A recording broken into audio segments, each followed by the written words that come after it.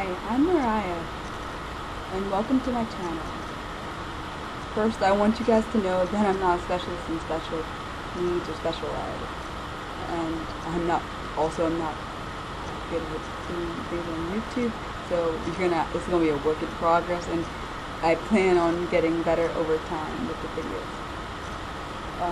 First, I want to tell you that I can probably relate to what your child's going through. Maybe not in the aspect of what specific special need they have, but I do understand what it's like to be a child that has learning disability.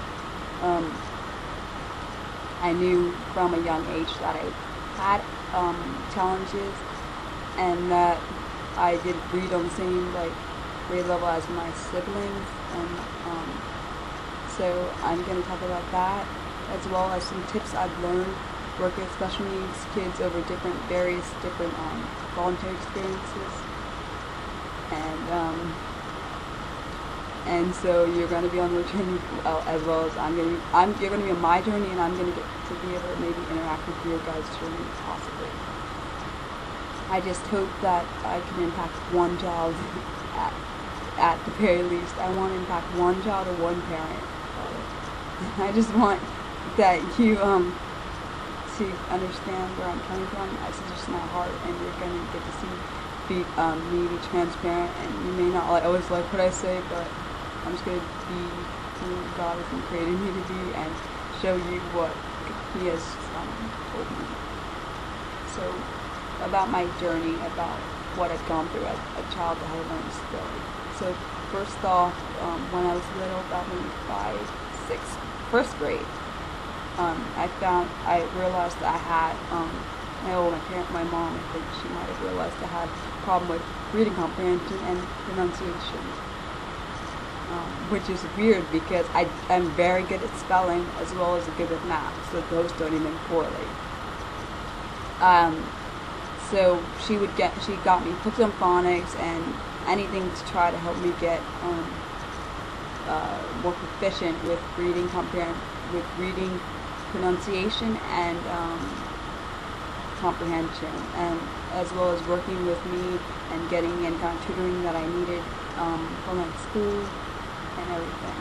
Okay, so we're gonna fast forward to 4th and 5th grade, which is when I realized that I actually did have a learning disability, because I didn't realize when I was 5 or 6 that was an actual thing until in 4th and 5th grade, where all the reading classes had to put out in the hallway. Everyone came on the hallway, and me and a select group of students got picked out because we were, I guess, reading below grade level, which I didn't know at the time until later on when we had a class and we would do spelling tests and reading and different assignments to try to get our reading level our reading on grade level.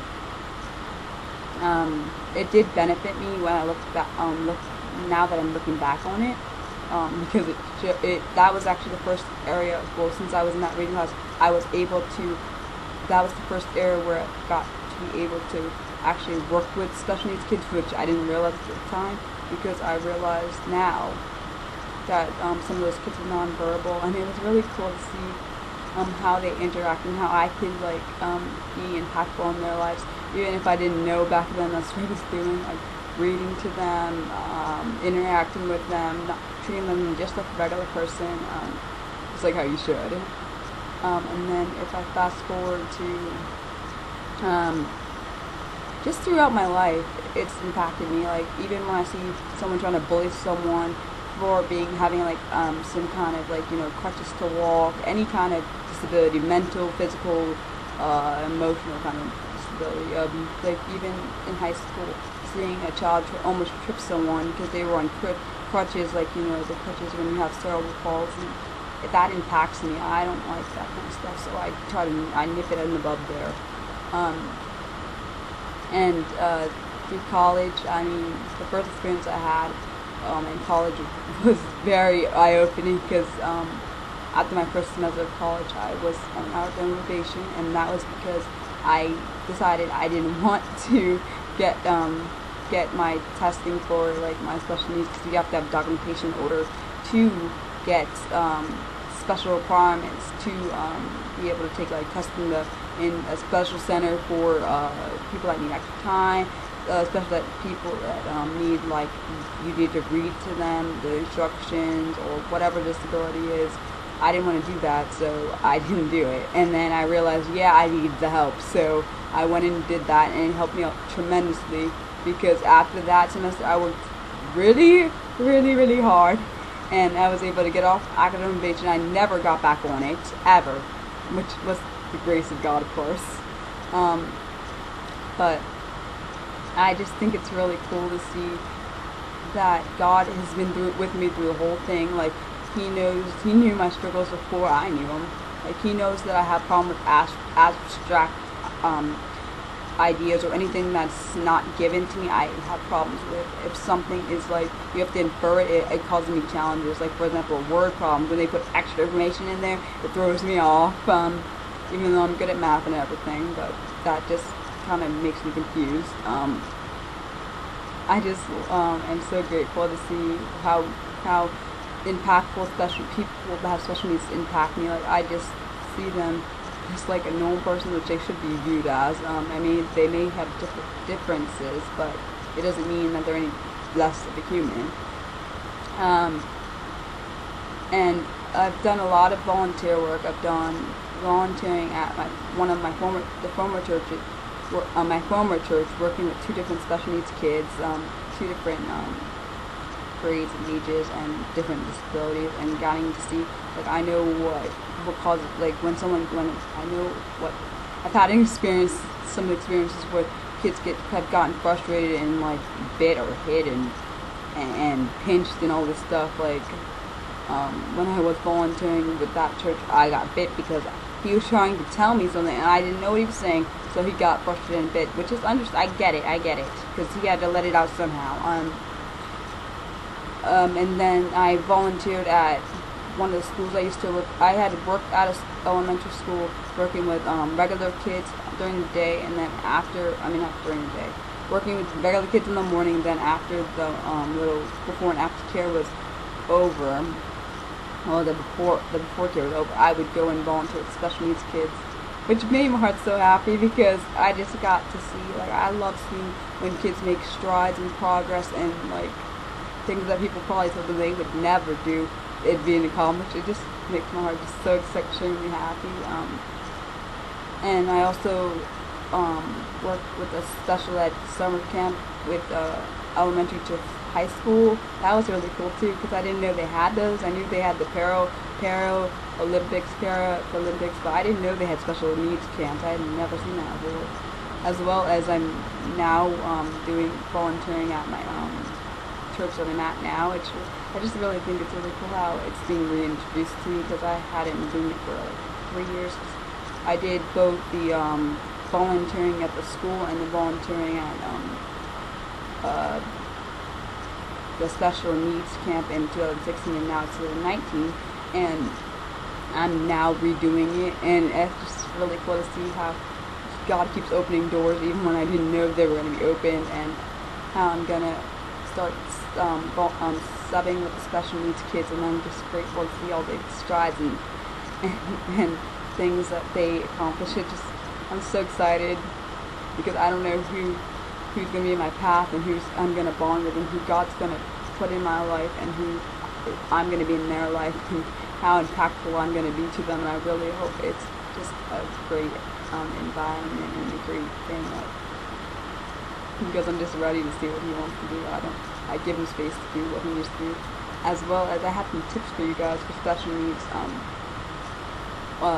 One special needs tip is that what may work for one child may not work for another child. For example, one child may love to have a ball like to squeeze every single day, and one child may want to go to a walk.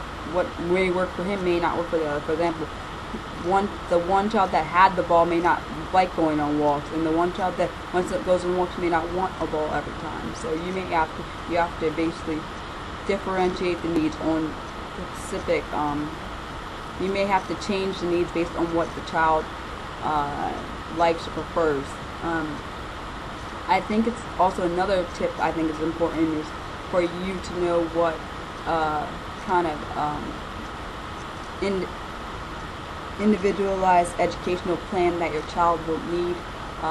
You would want to meet with your teacher, go over what you think your child may need, and ask them what they may advise you to do. Like if they want you to get maybe some testing that might be needed, may be some kind of behavioral plan, or maybe some, I'm not quite sure what you would need, but whatever aspects of whatever areas that you see your child may stumble in, you may want to do like tutoring, you may want to do some counseling, you may want to even maybe try working one-on-one with him, or even get one of his teachers there to work one-on-one at times, or even if that means he has to be separated from everyone else in order for him to get, or him or her to get a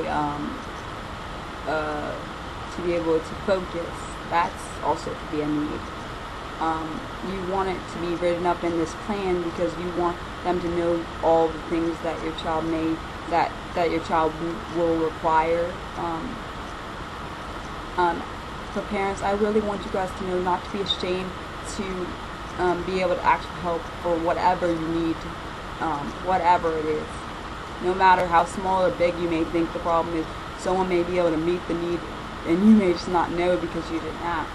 And children, I don't want you to be ashamed for getting the help that you need, because it's important that you have all the steps in your needs met to be able to complete your goals successfully, any goals you have for yourself.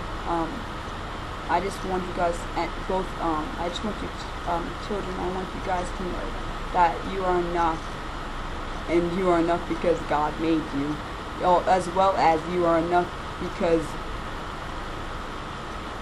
you are still a child, and you are still allowed to be able to grow, and you do not have to be like anybody else but yourself. Always be yourself.